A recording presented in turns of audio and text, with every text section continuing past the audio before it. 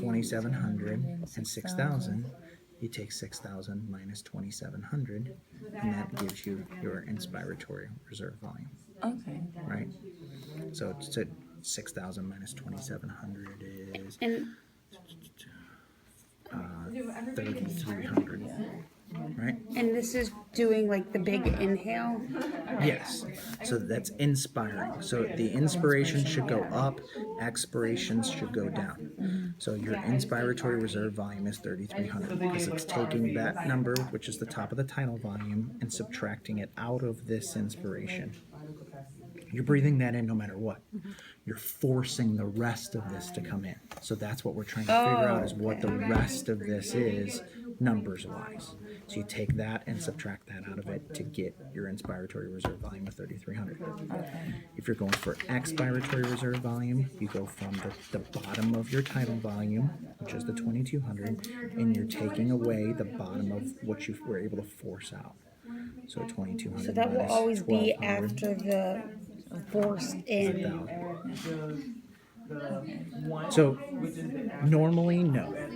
Okay, so if you're doing this, what you would have done is you would have taken a tidal volume, breathe out, and then forced air out. Okay, done another normal breath and then forced air in. Oh, because when I think of forcing out, like I think of taking a big inhale and then. Right. It's not. It's a normal breath in between. Okay. Right? Because you don't want that extra. Because what's going to happen here? You have your inspiratory total or inspiratory capacity, which is going to be your inspiratory reserve volume added to your tidal volume, and that's going to give you your inspiratory capacity. So this number right here is going to take, you're going to take tidal volume and you're going to add inspiratory reserve volume to it. Okay? If you want to know what your vital capacity is, what do you do for that? That would be the whole thing. Yeah. Right? Yeah. So it's taking that 3,300 inspiratory reserve, adding the tidal volume of 500 to it, and adding the 1,000 of expiratory reserve. The 1,000 of expiratory reserve was 2,200 minus 1,200, gave you 1,000. Right? That's the difference between the bottom of the tidal volume to the bottom of your forced air out. So vital capacity is the amount of air you can force in plus tidal volume plus the amount of air you can force out. Okay. Then we have total lung capacity. The difference between total lung capacity and vital capacity is the amount of air that remains behind in your lungs.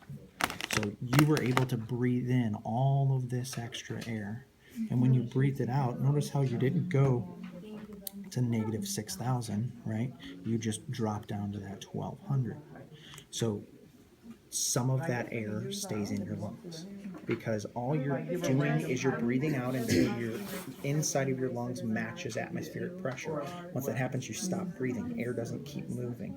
Some of it stays behind in your lungs. It holds your alveoli open. It's sitting in your bronchioles, in your bronchus, all of those different tubes that carry the air. Air is going to remain in it. So we have to know how much air was left, right? And that is going to give us our residual volume. Okay, so it's these two numbers, which is inspiratory capacity, and if we have what's called expiratory capacity, which is tidal volume plus the expiratory reserve volume, if you take that number and subtract it from that number, you have a remainder that is your residual volume. Okay, and so that's where their 1,200 is coming from. Then total lung capacity is going to be all of those numbers together.